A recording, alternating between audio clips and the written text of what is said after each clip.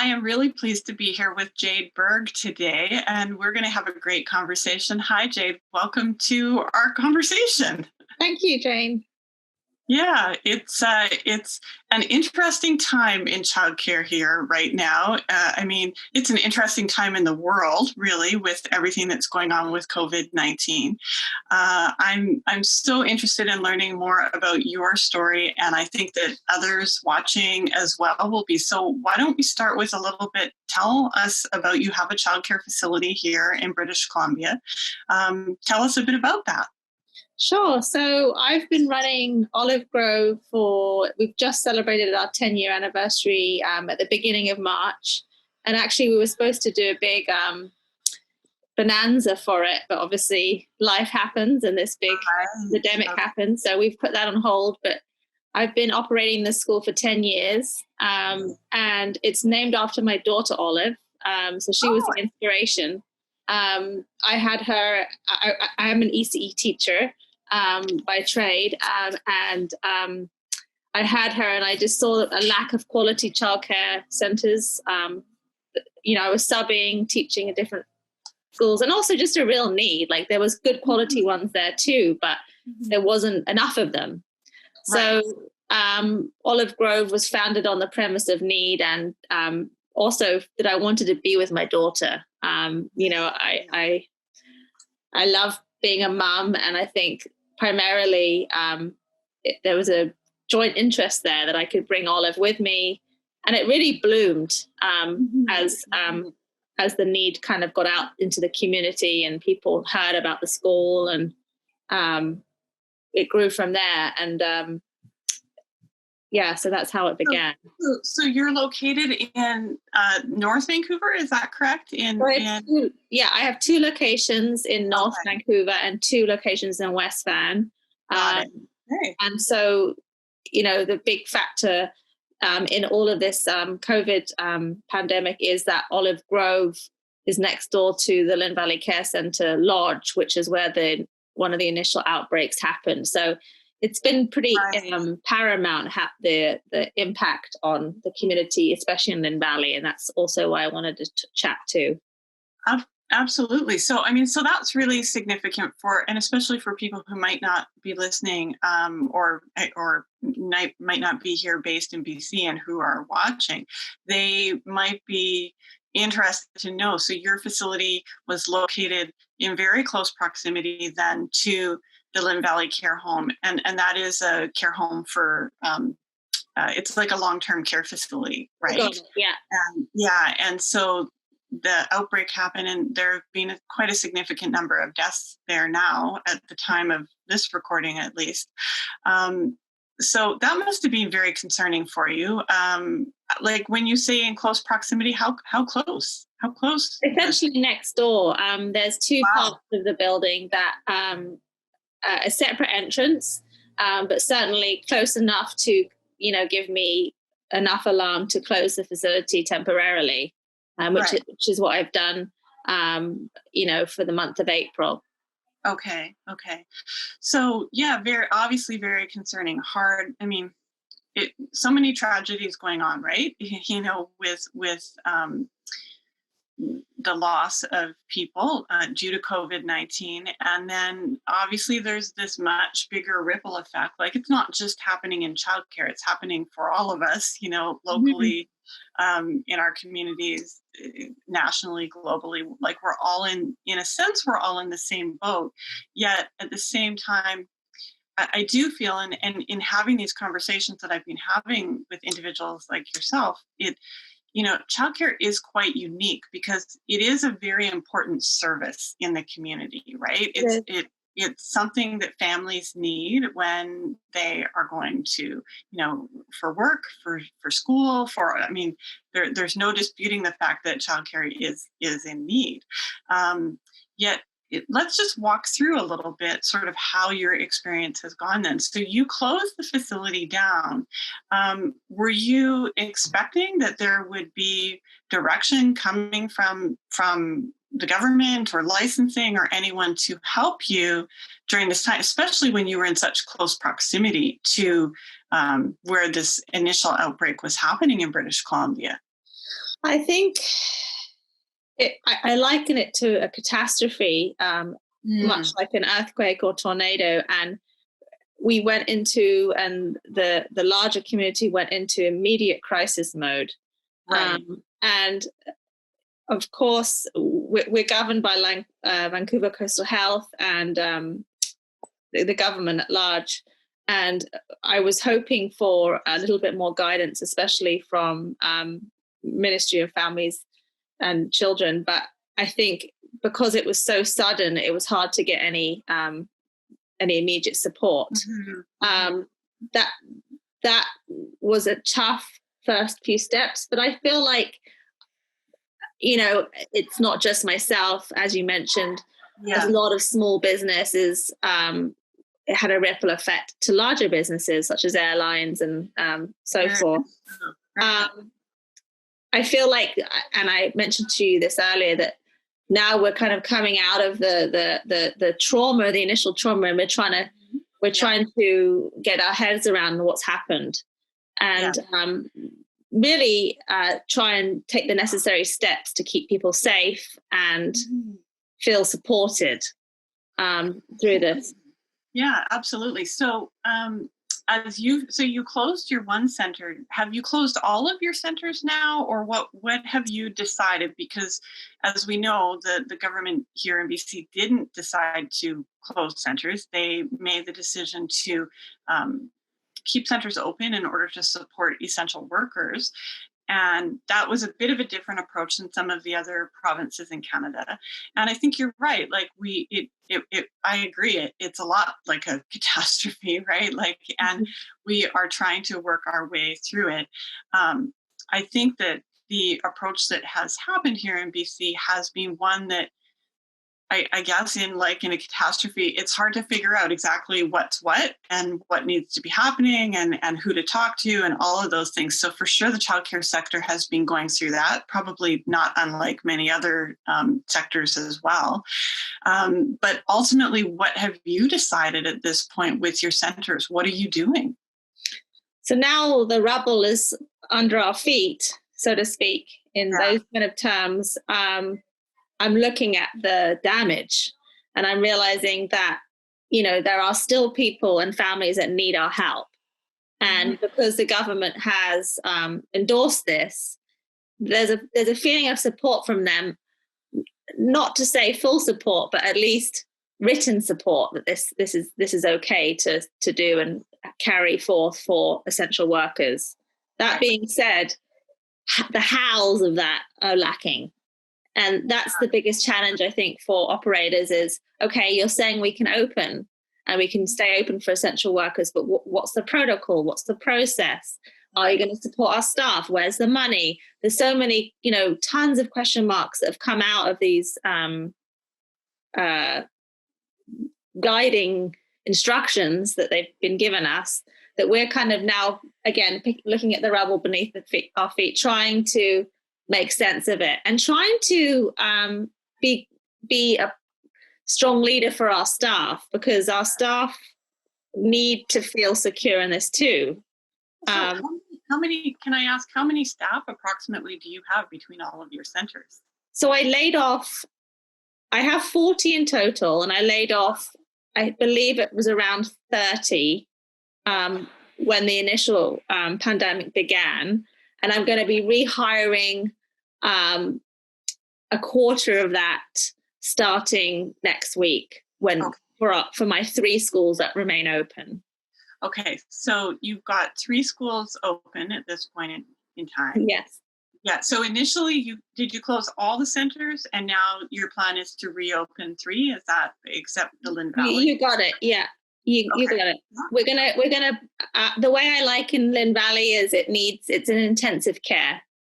It's because of the proximity, because of now we have a wonderful reputation there. We've been then in that's our longest standing location and has a wonderful team of teachers. But I feel like we all need a break. We've all suffered from quite a lot of PTSD from that. Yeah. So that aims to be open in May or June, but for sure the 3 other locations will be open they're in open status as of now, but they will have families attending as of next week. Right. Okay. So they're open. So now, do you have any sense as to what the demand is going to be like in your community? Because obviously, we know that essential care workers and British Columbia have defined sort of the different tiers of essential care workers. Do you have clarity at this point as to how many families in your programs would the clarity classify as essential workers, or are you're looking at the broader community? What are you thinking? So we started last week, and I recommend other operators to do the same, to create a survey of their existing families, to see who need it, who qualify and who need it at first. So that's what we did, I guess, about a week from like last week on Wednesday. We gathered those, we reached about 120 families of all 4 locations, of which I believe 7 to 12 needed the care immediately. Right. Okay. So we were able to ascertain that actually quite a small percentage of our families are going to use childcare. They'd rather use nannying or family members instead. Right. So right now we're seeing really just a quarter of our registration, if not less, needing the care right now. But that can change in the next few days. I feel like it will in the next few weeks, days and weeks. So now the government have brought forward sort of a plan to support childcare during this time. And how would you describe sort of your understanding of what that plan looks like? And I like to ask this just because there's a lot of, there's a lot of information out there. So I'm interested sort of from your perspective as an operator, how are you feeling about the plan that's being put forward and the support that you're going to, are you going to be part of this plan that the government are putting forward? Well, I'm hostage to the plan.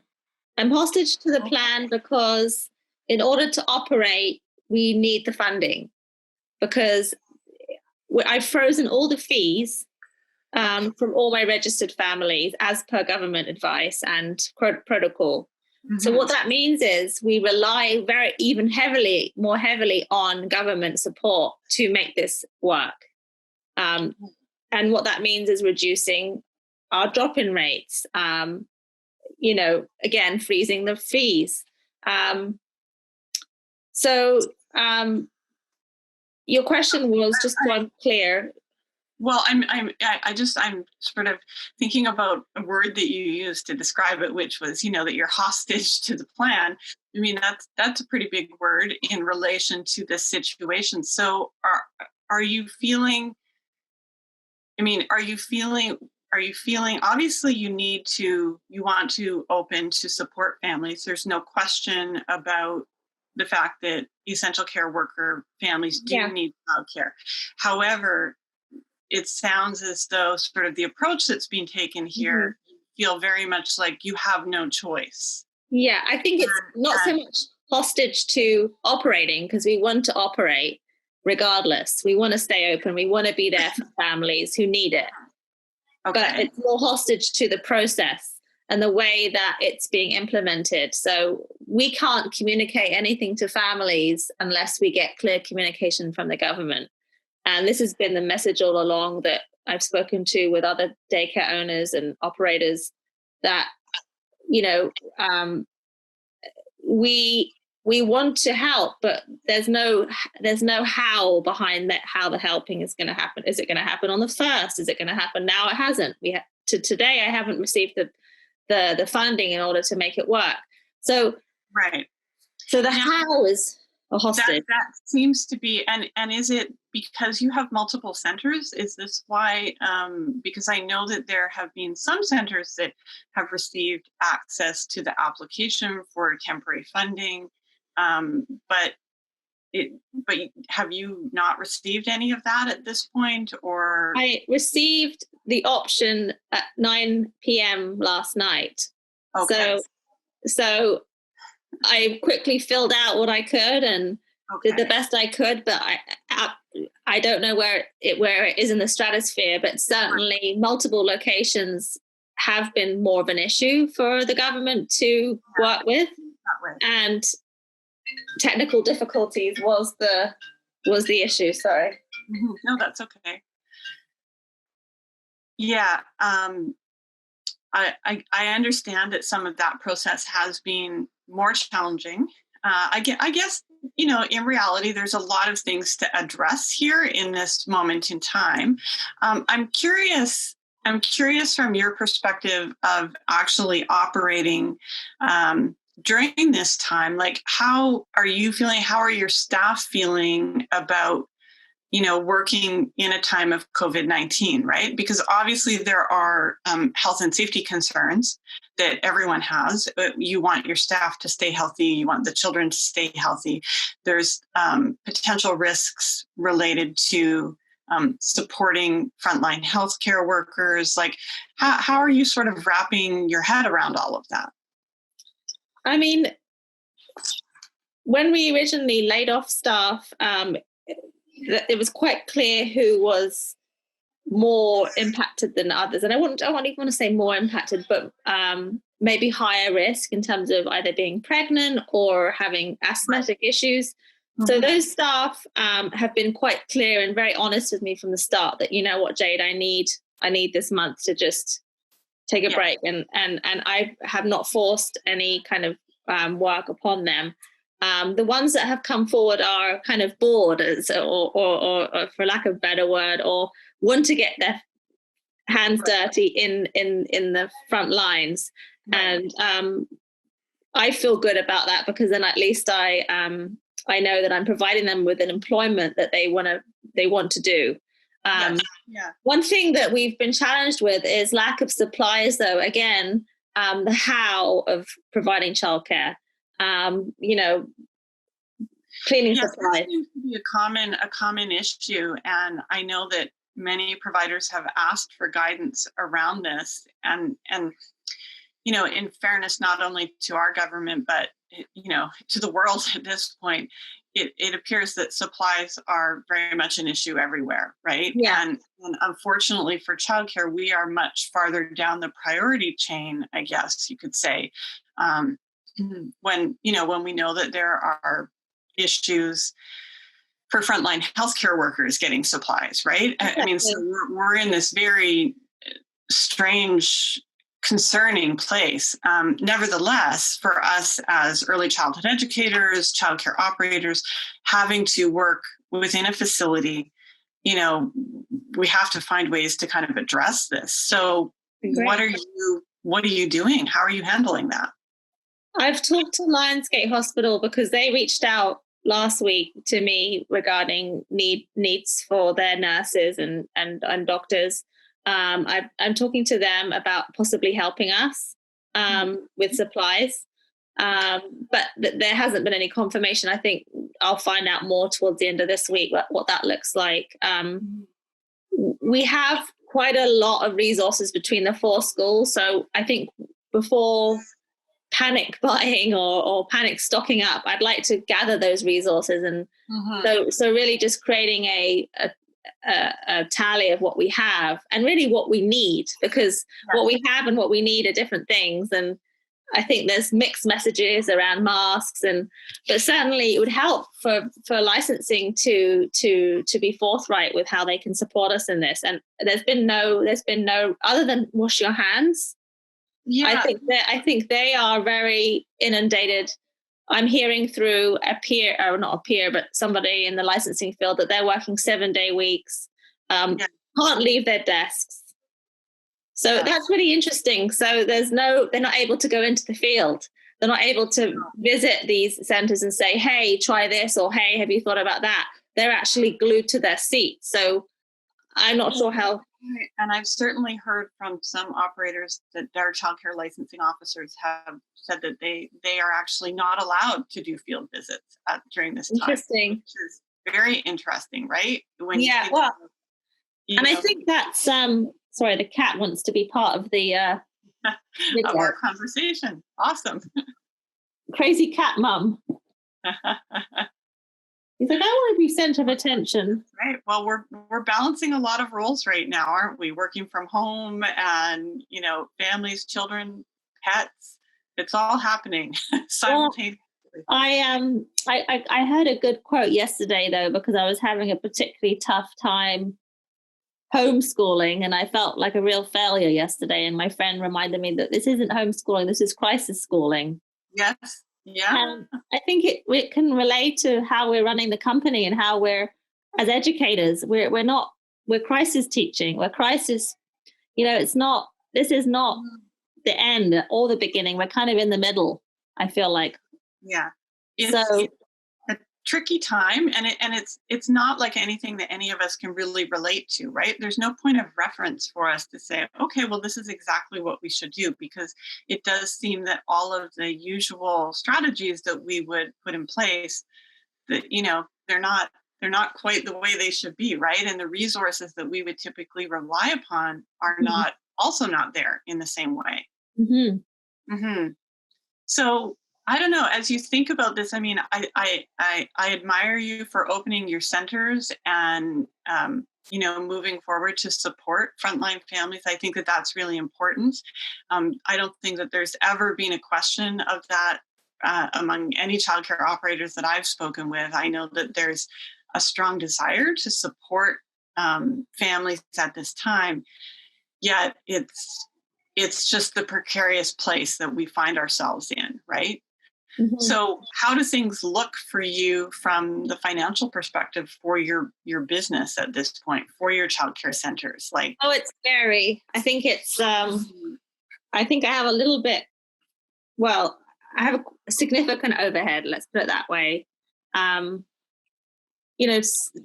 Each center is different. Some landlords have said, hey, I'm going to give you grace. Other landlords financially cannot. Right. So each location has its own, dynamic and financial strain. And really, without getting too hokey dokey, spiritual faith comes into it for me as well. Like, that I've got this far, I'm going to be okay. Right. That being said, I can't sustain it for a long time. It's just, I'm hopeful that this is, a month, but, of hardship, but it's really hard to tell. Will the funding that the government are offering through the plan for facilities that open, will that be enough to cover the basics of what you need for your centers, or will you still be looking for other support, do you think? We'll be looking for other support. Mm-hmm. Mm-hmm. Yeah, I mean, I'm already thinking, and we touched on this, I think, earlier, about other ways to educate children. Like, right. Is this are we gonna have to go digital for a portion of our program in order to pay the bills and sustain staff? And so what does that look like? And just a new world. That's very interesting. So you're sort of thinking ahead beyond this month. You're thinking, I mean, none of us can really speculate, but it sounds like you're thinking this is going to be more than a month. Like I'm thinking the way that we educate. I'm thinking that there'll be a significant amount of families that will not feel safe taking their children to daycare. Mm-hmm. And I'm not saying a lot, but there'll be a portion. I've seen it at one of my schools where I've had quite a few families pull. Now that could be reactionary to the epidemic, but I do see us educating in a different way and us creating platforms as educators. Right. Same thing for the school system, right? It's like no one wants this kind of catastrophe again. So maybe we need to physically distance in some ways. Well, I mean, definitely it seems the science would tell us, and what we're hearing from, the World Health Organization and all of the places that we get the reliable information from. This doesn't seem like it's going to be over tomorrow. It seems like this is a new way for us in this moment in time, really, until a vaccine is found. Exactly. Is what it sounds like, right? Yeah. Now, I think that politicians and government can only forecast out so far, just like business can only, because it's a complete unknown in a sense. They have models and they can predict all these different things, but I think it's interesting what you're thinking about with families, because certainly I know when we look at what's happened with the school system, we have families now that are doing more or less homeschooling with the support of their educators. But what does that actually mean in the long term? That's a big question. And I have certainly wondered, even at the elementary and secondary level, if there will be families that will say, you know what, we're doing something different now, and maybe they've adjusted their life and it's working really well. Maybe their children are happier. Like who knows? Well, and I think this is I think we should look at this in a month from now and see, because it really will evolve. My daughter is baking. She's learning to cook. This is a new thing. My son is learning to do chores. Yes, they're on the digital devices probably more than I'd like, but they're learning home skills, which is interesting. Stuff they weren't learning a month ago. Right. So that these are the things that are. And then for the early education, one of my wonderful staff has done online show and tell. Yes. So yes, it's a bit science fiction-y. There's a piece of me that I don't do any screen times at all in my schools. I'm pretty strict on that. But again, different times. And what she's done is have all the children in the preschool class share with each other online. These kind of things that I see us developing as entrepreneurs and as educators for those portions of society, and no judgment, because I'm more on that side too, who want to stay at home for now, who want to enrich their children's lives from afar until they feel ready to return back to normalcy. Right. So it sounds really like, yes, there's some very difficult things that are happening, right? For sure. Impacts to the business, impacts to your programs, to children and families. But at the same time, this has opened up the door for some creative thinking and some new ways of looking at things. And in many ways, I like to be optimistic that there will be some beautiful takeaways from this, right? We will learn from this. We're definitely, as a society, I think, going to learn some major things around emergency management and, community building and new ways of working and educating, all of those things, right? And maybe the childcare that we come back to will be different, right? I can't imagine that on some level it won't be. How could we not be impacted by, this is the most significant thing to happen for many generations, right? Absolutely. And yeah. So I don't know, as we close off our conversation, I mean, I've really enjoyed chatting with you, but any sort of words of wisdom that you would like to share with other childcare operators or early childhood educators in the field, maybe that are newer in the field, haven't been here as long as you have, and, are feeling quite shaken by all of this? I think, just that we're in this together, and that it's uncharted waters that we're all sailing on.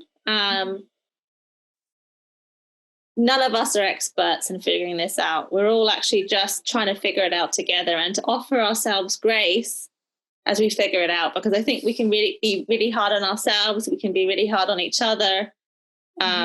We can be hard on the government. We can be hard. And it's really about, treating others how we want to be treated. Absolutely. And, that whole sense of community that we can instill by how we act. So my big thing has always been, as a business owner, my teachers are my lifeblood of my schools, and I treat my teachers like family. And I want to say to educators who are new in the field that thank you for taking this chance on this field. There is so much hope. Children are our future, without quoting Michael Jackson, but I am. And that thank you for taking it on, because to shape young minds is to shape the future. And I think that's why I do what I do. So, and I guess finally, I mean, if you could send a message to the folks who are working out guidelines and funding and all of the different things that would be supporting childcare during this time, what would you say to them? Well, that we appreciate clear direction, but we need timelines attached to that. I think that will help squelch is the word, squelch a lot of fear and uncertainty, and also confusion from parents. When is the money coming? Can I get a rebate? What are the blah? These kind of things. If we actually had this is when the money's coming in, I think that would help so enormously and stop all the chit chat and speculation and back and forth and arguing. So please provide us with some dates and some clarity on that. I know we're in a huge unprecedented time, but dates will help enormously. Yeah, very much so. Yeah. Wonderful. Thank you so much. Oh, Jade. thanks, Jane. I just really appreciate having you here for this conversation and for your perspective and the contribution that you make to the field. It's so important, and we will get through this time. We will be different, but I appreciate learning from you as we're in this process of getting through COVID-19. Thank you. Thank you. Okay, bye. Bye.